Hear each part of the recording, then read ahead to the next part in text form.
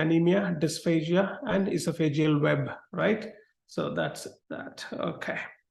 So that's your iron deficiency. What is the treatment? You just have to replace iron, folks. Okay. That's it. That will make them feel better. All right. So that take care of your iron deficiency. Next, thalassemia. Now, there's a textbook just for thalassemia, folks. So thalassemia is something we could sit and talk days and days, but we need to know for step one how much we know to limit, because we can't just keep learning. So we're going to learn what we needed for step one, the basics. When it comes to red blood cell, we have alpha 1, alpha 2, beta 1, and beta 2. That's what we learn on respiratory, isn't it, folks? So if you see, we have alpha thalassemia and we have beta thalassemia, okay? Alpha and beta. Let's take a look at alpha first. It's an alpha globin gene deletions on chromosome 16. Decrease alpha globin synthesis. So these people have an alpha globin decreased. It could have a cis deletions or trans. I'm going to talk about that in a moment. Now look at this one. First one. Out of 4 alleles, they have 3. They have 75%. Only 1 is missing. Agree? So that's called thalassemia minima. They're just carrier, no symptom, nothing. We don't need to worry about it. If you look at the next one, each gene missing 1 allele, that's called trans. The other one gene has it, 1 is completely gone, that's called cis. Is that clear, folks? That's the difference between trans and cis. Which one is bad if you think about it? Cis is bad because 1 gene is entirely empty. Is that clear, folks? At least you could tell trans 50-50. Is that clear, folks? So that tells you cis deletion is always the worst outcome. They are the bad one. Trans deletion is much better than cis, folks, okay? Now we call this thalassemia minor. They are mild microcytic. They have anemia. Cis deletion may worsen the outcome for the offspring. Is that clear, folks? Cis is bad than trans, folks. Okay. Now, third one, look at this. Out of 4 allele, you only have 1, so you only have 25%. 75% is missing. Now, here we call this hemoglobin H disease.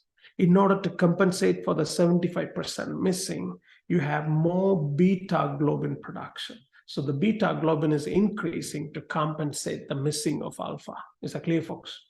Now, this is moderate to severe anemia. That's even worse, more. And look at the last one. There's nothing. When all the 4 alpha is missing, your body will produce gamma, which is not compatible to bind to oxygen. Is that clear, folks? So which means these people won't even make it.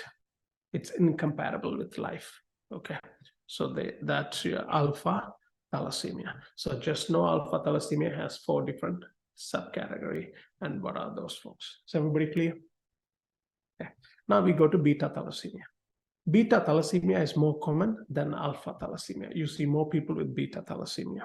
Now, when it comes to beta thalassemia, it used to be 2 types, either beta thalassemia minor or beta thalassemia major. That's all how you study. Now they kind of added an intermediate, okay? So let's take a look at here. It's a point mutation on the chromosome 11, so decreased beta globin synthesis. Same thing, folks. If you see the beta thalassemia minor, the best way to keep it, beta gene is underproduced. They are producing, but they are less, okay? The thalassemia minor is underproduced. They are mild microcytic anemia. You don't need to worry. Only thing is they cannot participate in any exercise and activities that increases the oxygen demand. But other than that, they are perfectly fine. Then they added another one called intermediate, a little bit more severe, variable anemia, ranging from mild to little moderate, folks, okay? Now, for me, if you don't remember number 2, I'm okay with it, because then we have beta thalassemia major. This is important. When you say beta thalassemia major, we call Cooley anemia because there's no beta gene. Is that clear, folks? No beta globin chain, no beta globin at all, nothing. Completely absent. When they are completely absent, they depend on 100% blood transfusion. Is that clear, folks?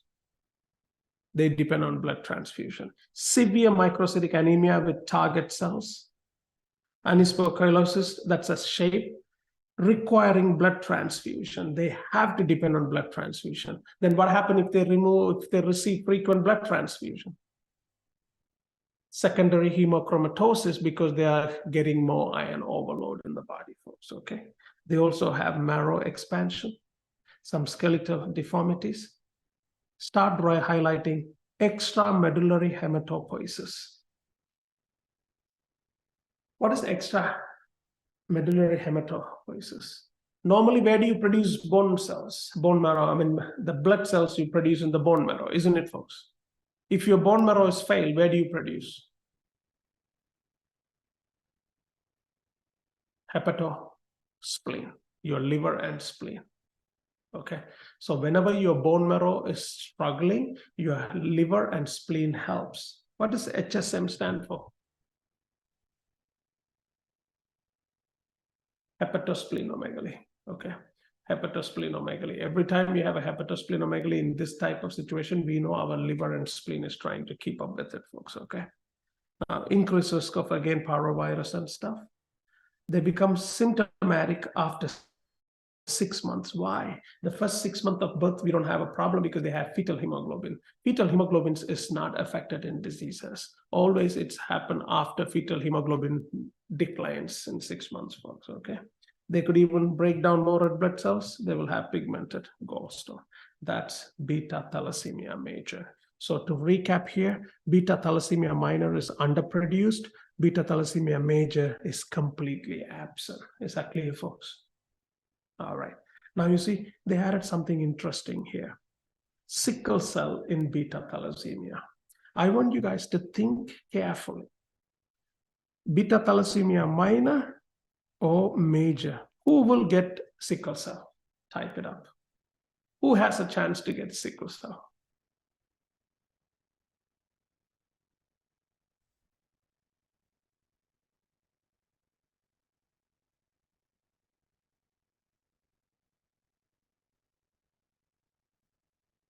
Everybody's, what are they? Okay, some people minor, some people major. What is sickle cell we studied? Your amino acid substitution, you have a wrong amino acids, isn't it, folks? In beta thalassemia major, do you even have a protein, first of all? If you don't have a protein, how do you substitute amino acids? So you cannot get it. Only people with thalassemia minor can even get sickle cell. So people with thalassemia major, they are resistant to sickle. Is that clear, folks? They would not get sickle cell because in order to get sickle cell, you need to have amino acid substitution. For that, you have to have amino acid, folks. Okay, look at this. Mild to moderate sickle cell disease, depending on whether there is a protein or not. Is that clear, folks? All right. So beta thalassemia major will not get sickle cell at all, folks. So that's a good thing for them. Okay. All right. So that's beta thalassemia. And that's alpha and beta, folks. Okay. Now we have some other disease. Go take a break and come back.